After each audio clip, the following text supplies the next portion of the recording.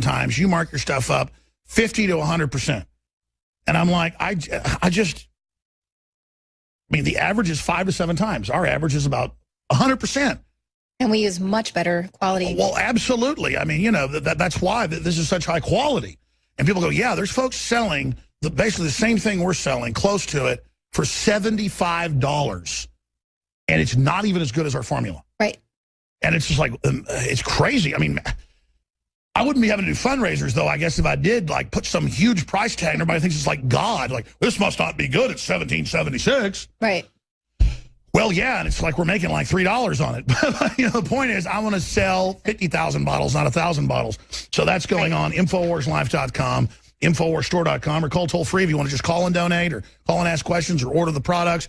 Huge discounts on hundreds of items, some of them as high as 40%. InfoWarsStore.com, free shipping on orders $50 or more, and you have 10% off additionally. That still holds anything you sign up for auto ship, like the non-GMO, super high quality, high mountain Chiapas Mexican coffee. Personally, it's like Guatemalan coffee, but better. Totally organic, volcanic soil. Whether it's the there's a lot of products that obviously you want to put on reorder, like the nutraceuticals and things. And again, I want to thank you all, because the success of InfoWars is your success, and I want to thank you. Our AM and FM affiliates, our cable affiliates, our UHF, VHF affiliates. I want to thank the listeners. I want to thank God. I want to thank my mother for praying for me, my grandmother, who's 91 years old. I want to thank everybody for putting up with me. Sometimes it's a train wreck, including my crew. And I put up with them. But we're all one human family that has red blood fighting the technocrats that think we're animals. David Knight, I want to give you a few minutes to finish up and tell us what else you think's coming up. And then I want to go back with some final comments from Leanne and then go to some phone calls. But I've got to say, I'm not putting a pretty face on this, and I agree with you. And then I want to get your take on this, Leanne. The question, what will they pull to try to derail this? That's what everybody should be thinking right now. Get in the mind of your enemy. I think it was Lord Wellington that he was quoting earlier, Stone, don't ever interrupt your enemy while they're destroying themselves. It was Sun Tzu said, you have to get in the mind of your enemy. You have to think like your enemy. You have to be your enemy. And that's what I do. Napoleon Bonaparte also said, never interrupt your enemy when he's making a mistake. I think they both kind of said it back at each other, but it really goes back to Sun Tzu. If you read that little book, he said, if the enemy's already screwing up and things, kind of let him go for a while, you know, and see how long that plays out. Sometimes they might collapse without you even having to attack them. Right. So those are just some of the rules to that. But David, the worm has turned. Again, they can't put Humpty Dumpty back up there. They said to steal this out of their arrogance, they had to, you know, go in there and do this. And it's this tottering group that looks like they're reanimated corpses. You're in there personally. You have the useful idiot followers with, you know, the looks of dumb children in their eyes. I feel sorry for them, but when I see the party apparatchik and I see them talking to each other, it just radiates disingenuousness, just backstabbing, dishonor. It gives me the creeps. Well, Alex, as we're talking to these different delegates that were for Bernie, and they want to see the TPP stop, they understand what's going on with that. And as I pointed out to one guy, I said, you know what, you and I disagree on a lot of issues, but we're not going to be able to even have a voice in this in the future if we turn over our governance, our sovereignty, to foreign multinational corporations and a committee that's going to rule this and is going to be able to rewrite the rules. You know, Senator Sessions is the only one who read the TPP, and of course he's been the advisor to Donald Trump since last August. He pointed out that the TPP and the rest of these trade, like the TTIP for the one with Europe, these are living documents. They have provisions that allow these small committees to alter them, to include China, to include other nations at will. They can alter the terms of this to manage our economy, but also to manage many other aspects of our government here. And again, we're just calmly talking about Europe and the U.S. being signed on to secret global treaties. Yeah. And then we're the extremists for talking about it. Go ahead. Well, they understand that. And yet they think that they can have some influence on Hillary Clinton, who has been with this all of her life. And Wall Street is ecstatic about not only Hillary Clinton, but her VP pick, Kaine. And so I think what they're going to see, Alex, what she will throw them as a bone is she's going to talk a lot about gun control for the left. She's going to talk about some of these social issues, because those are some things that she can throw them as a bone. But the key fundamental issues that they're going to lose control of the country if they don't understand this is going to be the trade issues. You know, as they were going down this roll call yesterday, And as part of the state pride, back in North Carolina, we've got these license tags that say first in flight because we had the Wright brothers did their flight there at Kitty Hawk. So there's this Guinness Book aspect of the states as they're giving people a flavor of their states. But most of what they focused on with the Democrats was the first person of this color or this sex or whatever to do this or that, to get elected to this position. They're absolutely, totally out of touch with another real first. And that was the first time in our living memory, okay, for hundreds of years since Islam was taken out of Europe for the first time after they invaded it, for the first time we had a priest executed by Muslims in a church. That was a first. And we've gone now 2 days without them talking about this issue.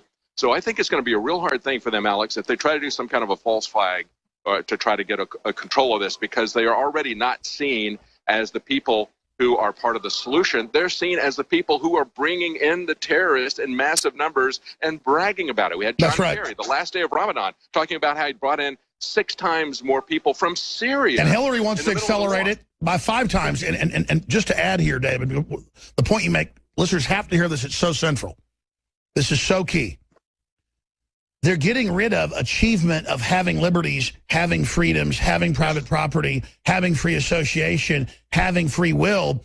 And now it's a collective, the first person of this or this person of that or this statistic on that, because they're taking innovation. They're taking prosperity. They're taking real rights away and giving us all these things the globalists don't care about. This is total and complete engineering. And then you look at the fruits of what the Democrats have delivered to their constituents. They're all, on average, worse off because the globalists want them dependent. This is a plan. It's not just that they're mismanaging. So I'm really concerned about false flags, assassination attempts, you name it. David Knight, 60 seconds, so we're going to go back to McAdoo, and you can continue with your great reporting. Well, Alex, I think that when we look at what's happening again, we need to understand that what they're trying to do with this push with Russia is not only to avoid the dark secrets that have been exposed about their collusion and rigging of the electoral process or collusion with the media, but they also want to subtly push this idea that Trump isn't for America first. We know that that's a central issue, and I believe that he's authentic on it. The guy that I talked to was absolutely surprised when I told him that Donald Trump had been opposing NAFTA for 30-some-odd years. And the Iraq War. He was taking out ads in the New York Times. And the Iraq War. David Knight reporting from the DNC there in Philadelphia. Thank you so much, sir. Thank you. McAdoo, I want to get your final comments and let you go get ready because I know you're doing a lot of research and helping the show. And just appreciate your amazing work you did there at the RNC. But just to add to what he's getting at here, I even got blindsided by this Islamic tidal wave. I mean, I don't support what radical Islam does. I don't support what dominant Islam does, Orthodox Islam. I mean, it's in a major radicalization phase that's taking over right now.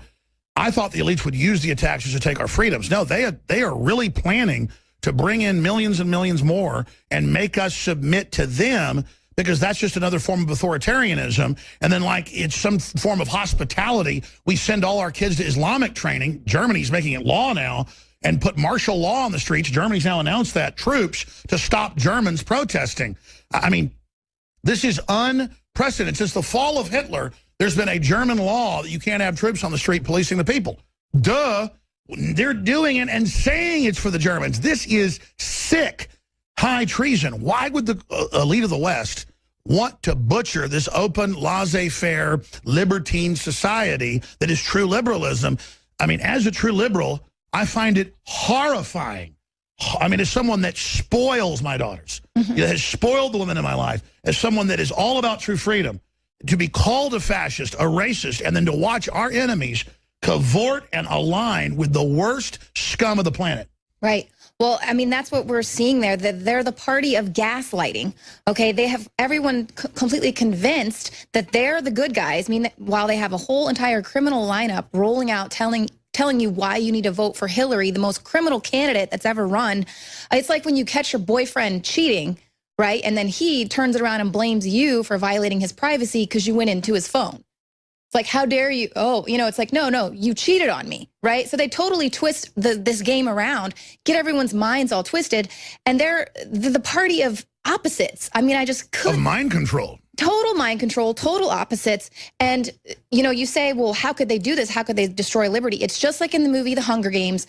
They have the capital of Pan Am where all the elite, they're in there gorging themselves, loving everything. And meanwhile, out in the districts, it's all socialist, communist, people are suffering, but they don't care because they're living the high life. And that was exactly what it looked like inside. And then they act like they're the communist up on the top with red carpets. Right.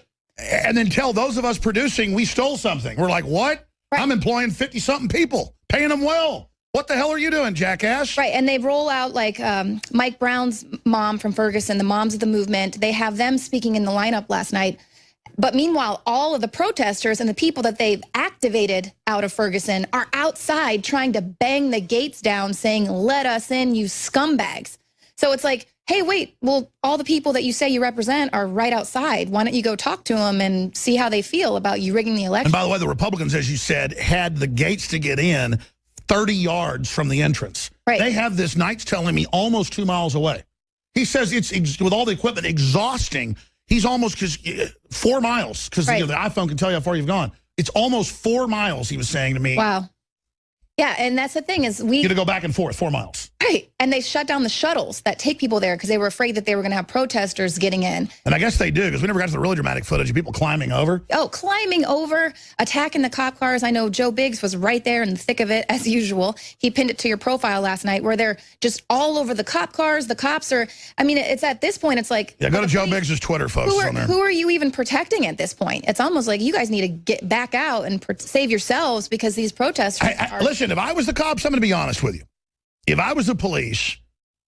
Because, I mean, the average cop I know, hard-working people put their lives on the line. Sometimes you run into a crazy, arrogant guy on a power trip, and the other cops hate them, okay? And it's those bad cops that give them a bad name. The police are given submissions that are unconstitutional or wrong. We're trying to reform that. But foreign global is trying to cause a civil war. We're not having any part of that. But I'll be honest with you. If you're not getting the backing, and there's Black Lives Matter, and the Democratic Party's inside, and Black Lives Matter and the communists are trying to knock the fence down, if I was the cops, I'd just walk off. Right. I mean, quite frankly, because there's the people launching this horde against you. They're in there stealing stuff, diverting them off onto you. And I would just say, go have at it, man. Right, and they have the people who are the movement, right, on stage. They didn't have any family members of the fallen police officers speaking out last night. It wasn't about that at all. It was about catering to a certain group. But if they'd have brought, imagine if they'd have had both groups together. Right. See, if I was a Democrat and I was trying to bring people together, I would have the folks that had died wrongly or questionably, and the police that had died wrongly and questionably, and I'd have them come together. That'd been genius. How can we come together? But that's not what they're about. And then they've got Eric Holder, Madeleine Albright, and then, of course, Bill Clinton, who was the rotten cherry on top of the sundae of speakers there. But it's just the whole... Did he not look like something out of a zombie movie? I got to give David Knight a round of applause for even just sitting through that entire... I had to shut it off. People ask why I didn't go. I cannot be around Democrats. It's just like... And I can't have a bunch of pasty white people with, racist folks jumping in my face, spitting at me, telling me I'm racist. Right, well, and that's the thing with the Black Lives Matter protests when they're like, oh, the white people get in the back. It's like the majority of the people there were white. But they're there to support the movement, and then you're spitting on them. They don't want you there. They think you're scum, filth. They can't wait to rule over you and dominate you. It's not the about same equality. mindset as the Ku Klux Klan. People are people, and you can have a bunch of dumb black racists, you can have a bunch of dumb white racists, and it's just the more ignorant people are, the more racist they are. I mean, it's a fact. And look, everything you're hearing is the opposite of Martin Luther King. I'm going to skip this break, too, because I want to get to Jason and Sean and Patrick and Chris and John. Last break I'm skipping today, and then we're going to be into hour number 26 soon. I mean, 2 hours in with 26 hours left. This is a 28-hour live broadcast, Operation Sleeping Giant, and you can go to Infowars.com/giant to find the video feed, because when this 4-hour radio TV show ends, we're going to be basically commercial-free, with a bunch of special guests and more right through until tomorrow when the show kicks back on again live. So it's going to be live until tomorrow at 3 p.m. Infowars.com/giant. Tell everybody to go there. Big live coverage of the dictatorship being set up with Queen Hillary. Infowars.com/giant. Now, I got to ask this question. I'm going to Jason and John and Chris and Sean and Patrick and everybody else. Leanne, what do you think they're going to pull? She's sliding in polls internally. The numbers are, in some swing states, she's up to 10 points. Trump's up to 10 points ahead against Hillary. Things are degenerating quickly. They admit he's 5 to 10 points ahead already. What are they going to pull in your gut? I hate to even be negative about this. I like to try to think positively about what I want to create in the world, but I've been saying this for months. I truly think if they lose the game here, they're going to do some sort of a false flag, and they're already setting up a boogeyman, Russia. And the media doesn't even question. If there's no proof behind it, they're just like, oh yeah, they definitely, it was them. They hacked into it. They're the boogeyman. We've always been against them. Putin's this like mastermind who's just able